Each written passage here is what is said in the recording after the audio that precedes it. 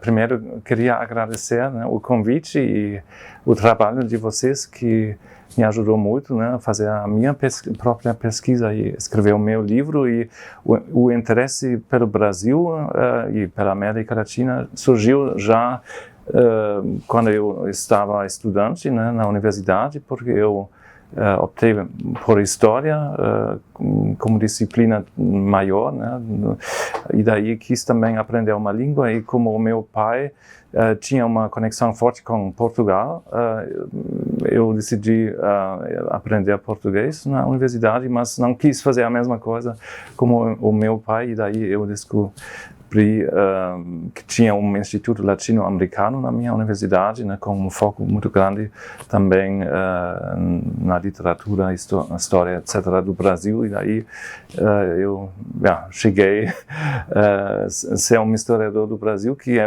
raro na Alemanha, né, claro, é uma especialidade bem limitada, porque tem tipo 3, 4, 5 pessoas na Alemanha que fazem história brasileira, mas foi uma escolha boa, acho eu, né, porque é um país interessante e por isso estou aqui. Minha próxima pergunta era justamente sobre isso. Era sobre você poderia nos dar uma ideia do grau de interesse acadêmico na Alemanha por história do Brasil? Certo. Bom, é assim, a história do Brasil, como já disse, né, é uma disciplina bem pequena, né? Eu acho agora, nesse momento, só tem uma catedrática que faz a história brasileira, né, na cidade de Colônia, mas nesse Instituto Latino-Americano em Berlim, né, na Freie Universität Berlim, tem também um sociólogo brasileiro, Sérgio Costa, e outras pessoas que fazem pesquisa sobre o Brasil, não somente história, mas também literatura, etc. Né? Mas quando eu trabalhava como, digamos, professor assistente, né, lá na Freie Universität, tinha um pequeno grupo de colegas, né? Georg Fischer é um desses colegas, e fizemos, eu acho, a primeira conferência, um pequeno congresso sobre a história brasileira na Alemanha, né? Foi em, acho, 2013, e daí surgiram teses de doutorado e um interesse, né? Então agora tem um grupo tipo pequeno de doutorandos também, até do Brasil, né, que foram para a Alemanha para estudar a história brasileira, porque temos em Berlim uma biblioteca grande, né, o Instituto Ibero-Americano, daí tem assim um interesse também aqui do Brasil e de outros países da região, né, para fazer estudos e pesquisas na Alemanha, né? Mas, claro, é algo limitado, mas com Stefan Rinke, por exemplo, que foi o meu orientador, eu escrevi uma breve história do Brasil em alemão, né? Daí tem certo interesse, né, e divulgação, mas, claro, não é assim a área maior assim da historiografia alemã, né? Eu ia perguntar, professor, sobre sim, as leituras de historiadores brasileiros que tiveram alguma influência na sua formação, ou que ajudaram a compreender, ajudaram a formação da sua visão sobre o Brasil. Bom, eu iniciei a minha carreira com um projeto de doutorado sobre a história de imigração alemã no sul do Brasil. Daí li muitos textos de historiadores e historiadoras brasileiros dessa região, né, René Gertz e outros. Mas quando eu comecei a me interessar pelas barragens brasileiras, né? Mesmo as publicações da memória da eletricidade foram importantes. Por exemplo, o livro sobre o rio Tocantins, né, foi muito importante para mim, né, para entender, e também publicações sobre a Eletronorte e a história da energia no Brasil, né, para entender assim o panorama grande e ter um contexto histórico, né? Isso foi importante. Mas daí também historiadores que fazem história global, né? na USP, por exemplo, tem um centro, né, porque isso é um interesse lá na Alemanha, tentar fazer uma história mais ampla, não assim nacional, né, não somente história brasileira ou história alemã, mas tentar achar assim conexões, né? Então isso foi um interesse também importante no meu livro sobre barragens, achar as conexões no planejamento e na construção de barragens. E, bom, no caso de Tucuruí não foram alemães, mas por exemplo franceses. Mas Tucuruí é um caso especial, né? Porque foi vendida também como empresa nacional, né, como projeto nacional, mas os outros projetos que pesquisei na Venezuela, no México e no Uruguai foram mais, digamos, globais, com mais influência de fora, né, dos Estados Unidos, da Alemanha. Mas é interessante, pessoal, que o senhor inicialmente fez o seu trabalho, sua pesquisa inicial foi sobre a questão da imigração alemã. Exato. Que é muito importante, né, na formação do Brasil, né, e derivou para outro tema, que é a energia, barragens. Como é que surgiu o interesse pela questão das barragens? E uma pergunta que me ocorreu agora também. Tucuruí foi o primeiro estudo de caso ou essas outras barragens vieram a seguir? Venezuela? Bom, são 4 estudos de caso no livro, né? Tentei escolher casos para cada período, né? Bom, propus uma periodização, né? E daí o Tucuruí é o último caso. Nesse livro, claro, tem, porque eu terminei nos anos 80, mas o primeiro estudo de caso foi a barragem de Guri, na Venezuela, porque eu, como estudante ainda, né, tipo, não sei quando, em 2006 ou algo assim, eu visitei Venezuela pela primeira vez e gostei muito dessa região da Gran Sabana, né, que é uma savana, tipo cerrado, e lá tem cachoeiras bem altas, mas também essa barragem, né? Então pensei, talvez seja interessante voltar, né? Então, e Tucuruí foi a minha segunda escolha, né? Foi o segundo estudo de caso, porque daí foi claro para mim, se for um livro sobre barragens na América Latina e no Brasil, o Brasil é um país mais importante, né, nessa história, então, e daí descobri Tucuruí como um caso interessante. Claro, Itaipu é mais conhecido na Alemanha e no mundo, mas eu achei Tucuruí mais interessante porque é mesmo nacional, né,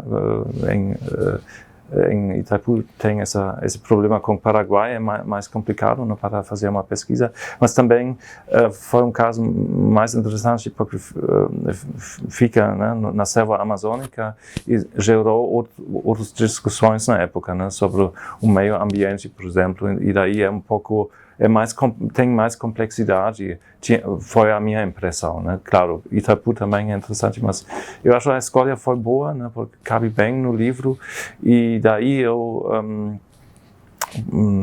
enfim, eu também escolhi essas outras barragens no México e no Uruguai dos anos 30 e 50, né? Para mesmo fazer uma história dos inícios até os anos 80, né? Do surgimento das barragens, da implementação das primeiras barragens estatais até o que eu chamo assim a virada um pouco, né, da imagem também das barragens nos anos 90 mais ou menos, né? Tucuruí, né, na Venezuela, e Tucuruí no Brasil são grandes empreendimentos hidrelétricos. No caso do Uruguai e do México também são empreendimentos de grande porte? Mais ou menos. Na época, sim. Hoje em dia, claro que não, né? O estudo de caso no Uruguai é Rincón del Boneta, que é até hoje uma represa importante para o país, mas claro, muito menor do que Tucuruí, por exemplo, né? E o mesmo vale para a barragem Presidente Miguel Alemán no México dos anos 40, 50, que foi muito grande na época também para o país, mas internacionalmente também, mas hoje em dia é considerada como pequena hidrelétrica, né, em termos de potencialidade. Uma curiosidade, professor. O senhor viu similaridades entre Guri e Tucuruí? Não estou falando do tamanho do empreendimento, mas no tocante aos impactos sociais e ambientais? Talvez não tanto nesse sentido, mas tem paralelos, por exemplo, na implementação ou no imaginário, né, porque ambas barragens foram planejadas para projetos industriais, né? Então isso é comparável, mas como Guri não fica na selva, mas numa savana, né, as implicações ambientais são um pouco diferentes e também não tem, ou pelo menos não tinha uma grande discussão sobre relocamento. Tinha pessoas, né, morando lá, mas não sei, e a conexão com os Estados Unidos é mais forte no caso venezuelano, né? Mas claro, também tem a participação de Camargo Correa em ambos os projetos, não totalmente, mas foi assim digamos, um ator importante, né, na implementação de Guri, daí. Então, tem paralelos, mas também tem diferenças, né, entre as duas. E, claro, o design, digamos, né, também é diferente. Guri é mais alto, uma barragem mais alta.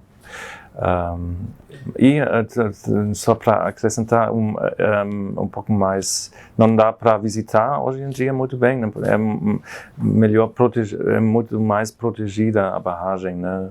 E Tucuruí é um espaço mais aberto para visitantes, né, e turistas também. E em Guri tem assim controle militar e não foi fácil, né, visitar a barragem, por exemplo. O senhor visitou Guri em que altura? Também em 2015. Professor, quais foram as principais fontes de pesquisa do seu trabalho sobre Tucuruí? E as publicações da memória da eletricidade e a pesquisa no acervo da entidade foram úteis? Sim, exato, absolutamente, né?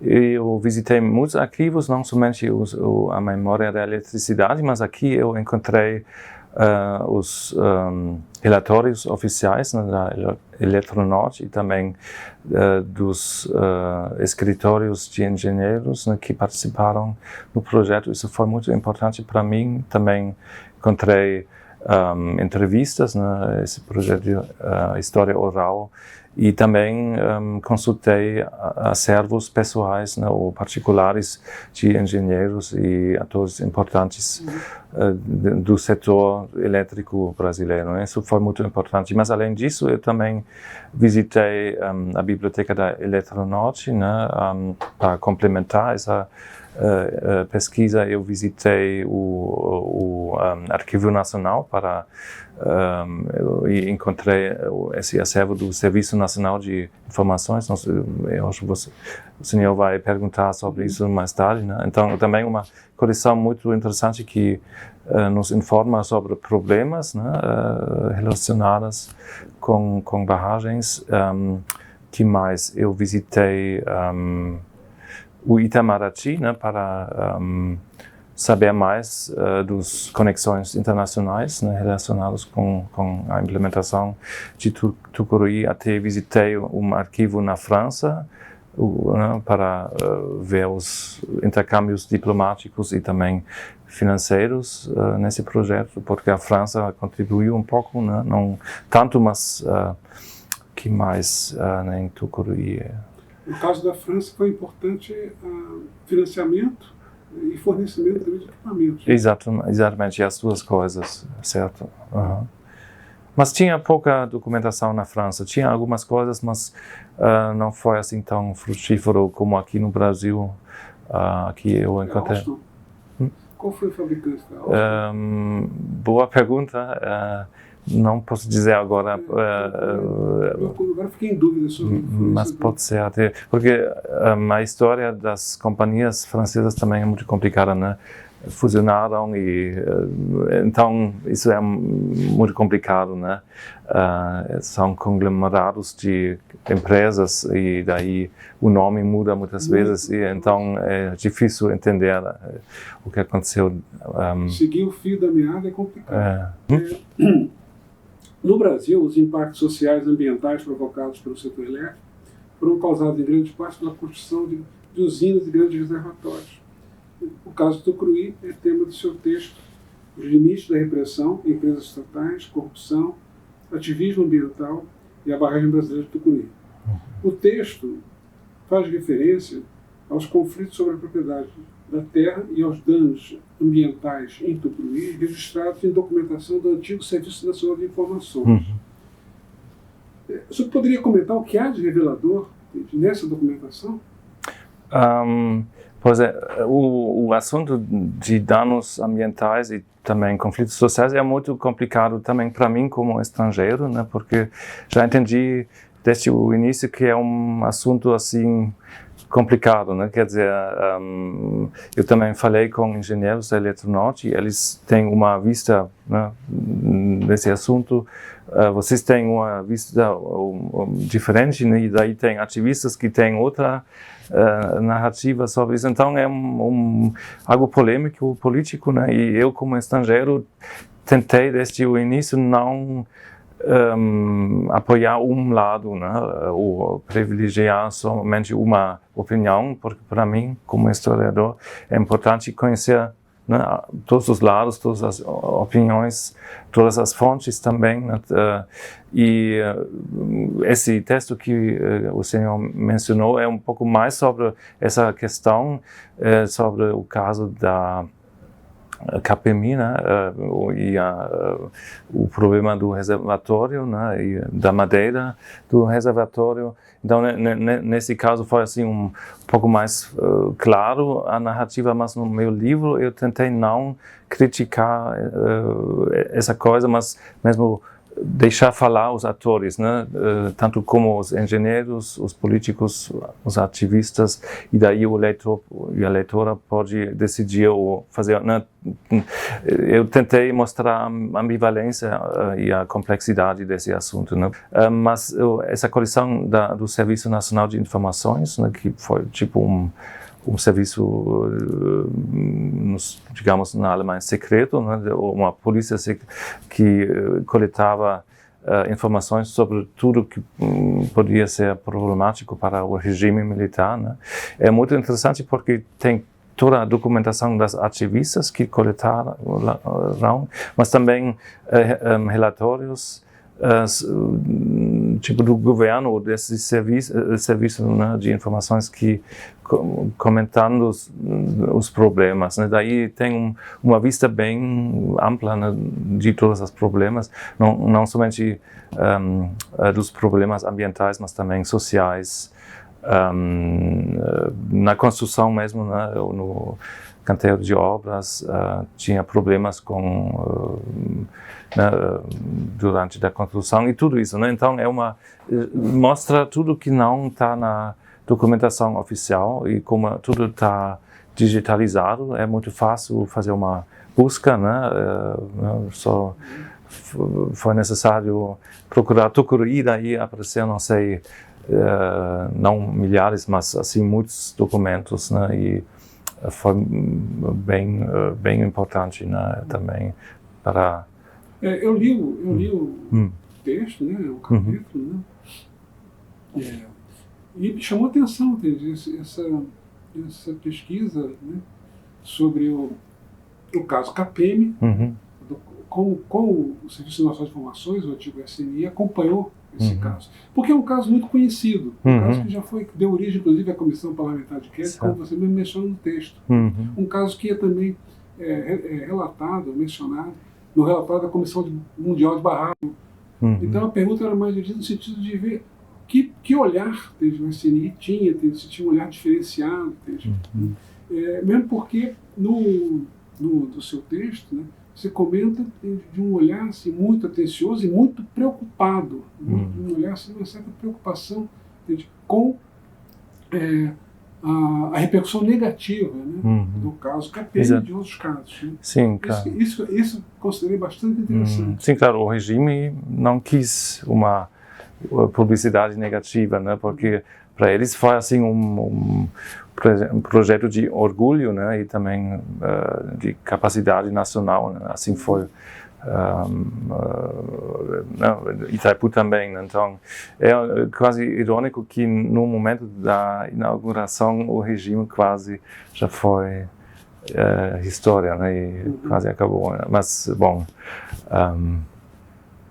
exatamente, foi em outubro de 84, foi inaugurado, exato. Praticamente o último finalzinho do último governo militar. Exatamente. Tem mais uma pergunta? Sim, claro, fica à vontade. Você pode nos falar sobre a ideia do conceito, a ideia do internacionalismo de barragem, do livro que está preparando para a publicação ano que vem? Certo. Bom, é um livro que organizo junto com Vincent Lachendijk, dos Países Baixos, né, que também é um historiador que pesquisa barragens, e a Tennessee Valley Authority, que é uma agência dos Estados Unidos, né, que também foi muito relevante, talvez aqui no Brasil mais para a Chesf e o Tennessee Valley Authority, mas para Tucuruí não tem importância, né? Mas é um especialista dessa agência e nós pensamos sobre reunir historiadoras e historiadores que pesquisam sobre barragens no sul global, digamos. Bom, é um conceito complicado também, mas queremos redirecionar o olhar para barragens e atores e países menos conhecidos, né? Não queremos fazer um livro sobre os Estados Unidos, Europa e a União Soviética, né? E daí conseguimos atrair interesse lá na Blums, na editora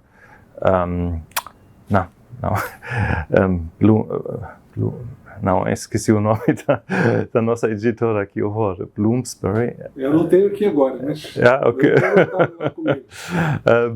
Pois é, e tem uma série chamada História de Internacionalismo, então é um conceito da historiografia internacional, mas é um conceito que está interessado em conexões oficiais, né? Não é simplesmente história global, mas se interessa por conexões um pouco mais institucionalizadas no âmbito de organizações internacionais, por exemplo. E então achamos interessante escrever ou fazer um livro, organizar um livro sobre esse internacionalismo de barragens, porque tinha muitos contatos e, claro, os brasileiros foram muito importantes também.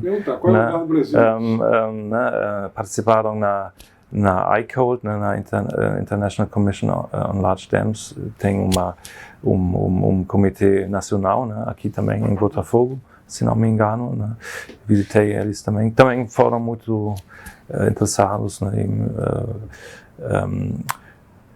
mas esse livro que eles publicaram, a História da Barragem? Sim, claro, conheço. Também é um livro importante, né. Mas tinha também exportação de conhecimento, né? Por isso estou interessado também nessas conexões com a China, né? Com a China que aproveitou, né, o know-how, o conhecimento brasileiro para depois, né, também se tornar um ator importante na área de barragens. E então é esse livro, né? Então temos estudos de caso, não somente eu escrevi o capítulo sobre o Brasil e outros países latino-americanos, tem outro capítulo sobre a antropologia de barragens no México, mas isso é tudo sobre essa área aqui. Mas temos artigos sobre a África, Ásia, China, Índia. É bem interessante, acho eu, e o argumento central é que a hidroeletricidade e a construção de barragens foi assim uma área onde vários atores conseguiram entrar e crescer fortes, digamos, né, e desenvolver conhecimento e agências, empresas, etc. Né? E mesmo, como se diz, challenge, desafiar assim, o conhecimento hegemônico dos Estados Unidos e da Europa. Né? Então é um caso muito interessante, porque normalmente na historiografia a narrativa é que a tecnologia é algo que vem do norte global e que tem assim uma dependência, né? Inclusive tem a teoria de dependência, né, que foi até inclusive desenvolvido por Fernando Henrique Cardoso, né, criticando essa dependência de tecnologia, mas também. Então tentamos nesse livro, né, desafiar a noção que tecnologia é algo do norte global, né, e também complicar um pouco esse panorama, também da Guerra Fria, né, e possibilidades de atores, por exemplo, como o Brasil, né, também agir como atores potentes políticos, né, e usar a tecnologia para se inserir no